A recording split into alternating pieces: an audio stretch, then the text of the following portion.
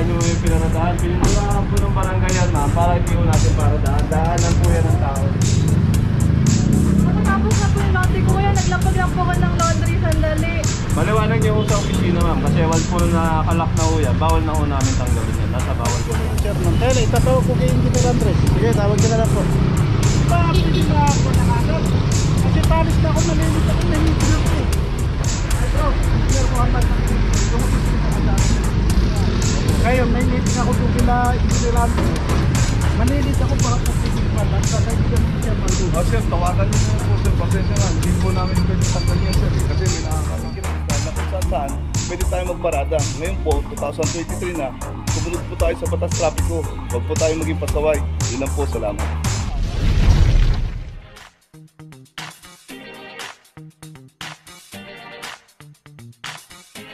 Papajo TV!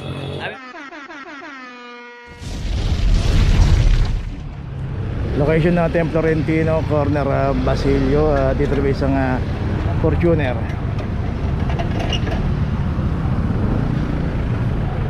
Dito nakaparada sa Mabuhay Lane, street corner pa yung pagkakaparada ng isang Fortuner. 2350. At saka itong isang sasakyan dito.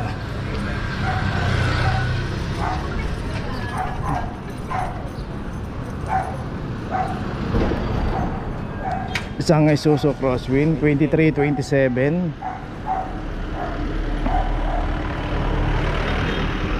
So yung Fortuner may notice na. So yung isang sasakyan dito ay may driver.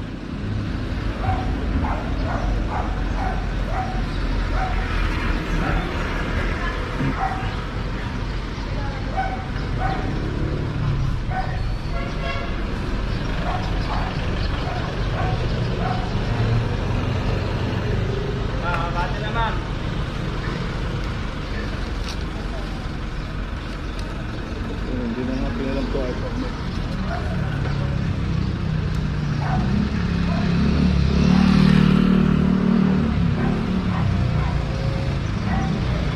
Ayun, sasabihan na lang kasi kung hindi pa lalapitan hindi pa aalis.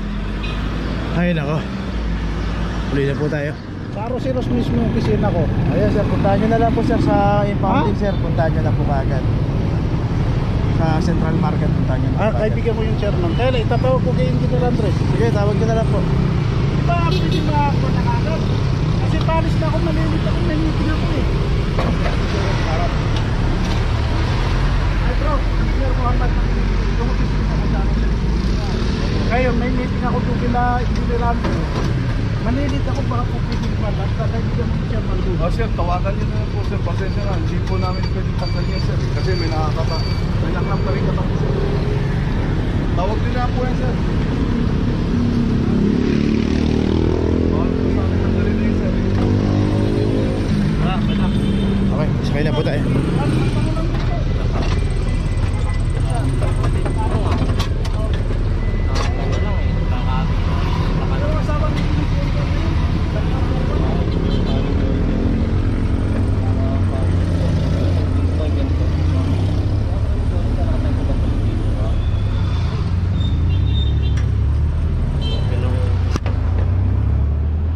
Location natin, Dapitan Street, corner Don Quixote. Dito may isang Hyundai Santa Fe. At ito rin Hyundai, ito wala ring driver. Dito nakaparada sa bangketa. Kaya kung paparada tayo, iayos lang po natin. Lalo dito sa kahabaan ng Mabuhay Lane. Pagka dito po na tiyempohan niya, matik na po yan. At ito meron na rin Clam 2352.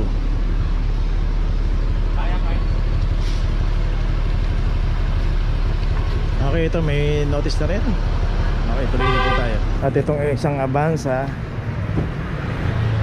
ito nakaklamp na 2342.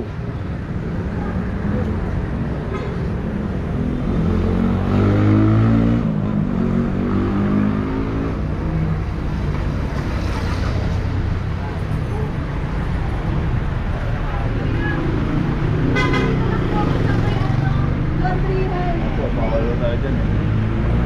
Ngayon nakita nyo yung pinaradahan. Pinunurahan po ng barangay yan ma'am para hindi ko natin paradaan. Daanan po yan ng tao. Matatapos na po yung laundry ko kaya naglapag lang po ako ng laundry sandali. Paliwanag niyo po sa opisina ma'am kasi once po na nakalak na ho yan, bawal na ho namin tanggalin yan. Nasa bawal po tayo. Dali niyo po yung papel ma'am. Lahat po ng detalyeng kailangan niyo po, nandiyan po. Kuya ba pwedeng warning muna kasi hindi ko rin naman Wala po ko alam. kaming warning ma'am. Pag nakaklamp na ho ma'am, bawal na ho namin tanggalin. Nasa bawal po tayo. Kuya sandali lang ako eh. Paliwanag niyo po sa opisina ma'am. So yun, nagpa-laundry lang si ma'am. Okay, tuloy na po tayo. Location natin, Loyola Street, corner Algeciras, at dito isang Toyota Fortuner. At ito wala ring driver, 0025. At dito rin sa kahabaan ng Loyola Street, Mabuhay Lane. At dito pagka naabutan po yung ating sasakyan na naka-obstruct, walang driver, matik na po yan.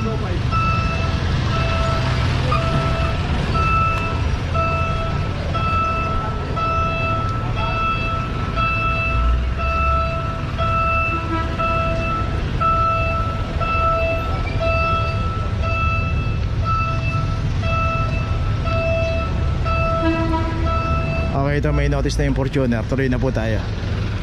Location natin, Gastambide, corner Jaime de la Rosa. Dito lang to, malapit sa DSWD, Gastambide. Dito yung mga jeep ulit, no? Ito, nagte-terminal na naman dito. Ginagawang tulugan yung kalsada rito. Ayun, may natutulog dun sa tabi ng driver side. Pero nakaklap na to, 2314. So ito, yung ibang mga jeep dito nagdatingan. Ay, mga ibang driver nagdatingan na.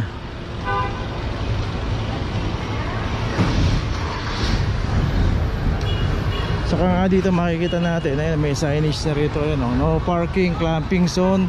May signage doon, no parking. Ito pa, may signage din. Tad-tad na mga signages na rito para paradahan pa natin.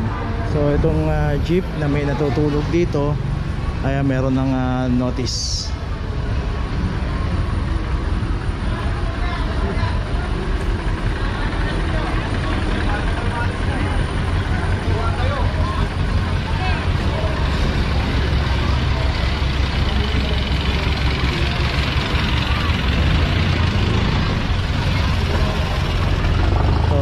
Ito po yung nangyayari pagka darating yung clamping, saka palang darating yung driver, saka palang aalisin.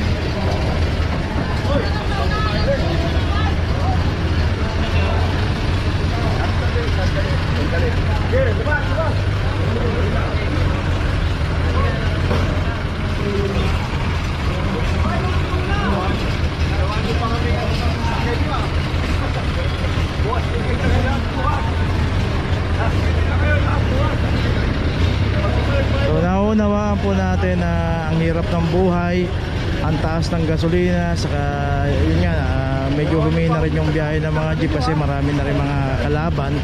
Pero pagka ganito naman na inaabuso natin na ginagawa na nating terminal kung Gastambide,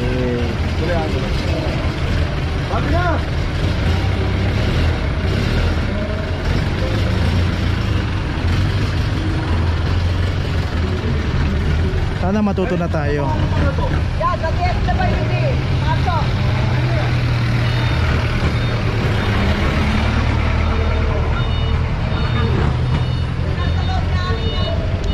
Dito naman hindi naman jurisdiction ng clamping team tong mga motor, pero ito sinasabihan na lang ni team leader na sino yung mga may-ari ng motor dito at alisin dito.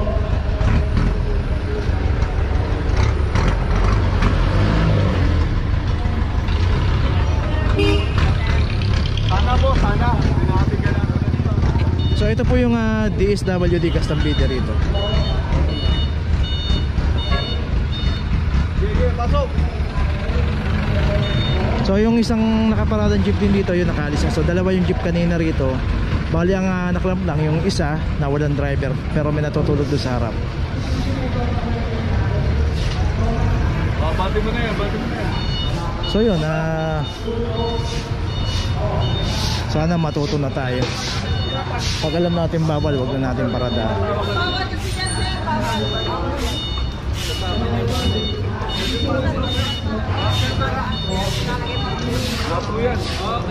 Okay, tuloy na po tayo. So ito yung pinag-alisan ng jeep. Okay, tuloy na po tayo. 20 Street, corner Amelia Street. Dito isang Bios. At ito wala rin driver.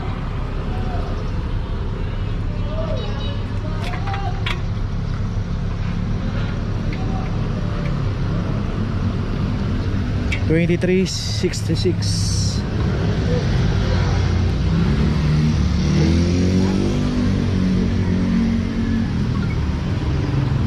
Dito rin sa kahabaan ng De La Puente Street, Mabuhay Lane.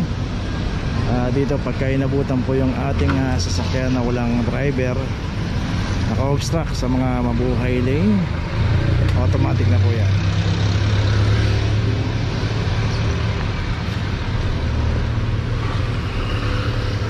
Okay, ito meron na rin notice. Tuloy na po tayo. Dito pa rin tayo sa Aragon Street. Ayan, makikita natin yung stoplight. Yan na po yung Lacson Avenue. Dito nakaparada yung isang Bios 2342. Dito rin sa kahabaan ng Aragon Street, Mabuhay din. At dito yung mga dumadaan dito, halos sa karamihan mga truck. Galing po kasi ng Dimasalang yun, galing ng A. Bonifacio. So bago tayo pumarada, check lang natin kung hindi bawal yung pinaparadahan natin. Dahil dito po pagka nadaanan po ng clamping operation, yung random po yan. Okay, may notice na, tuloy na po tayo. Okay, nandito na ngayon tayo sa opisina ng clamping sa impounding dito sa Central. Dito na po nagtatapos ang ating vlog. Maraming salamat po sa mga subscriber, sa mga viewers, sa mga napadaan po sa ating channel. Maraming salamat po sa mga suporta nyo. Sa mga hindi pa po nakakapag-subscribe, subscribe na po tayo mga kabayan. Maraming salamat po. Mabuhay!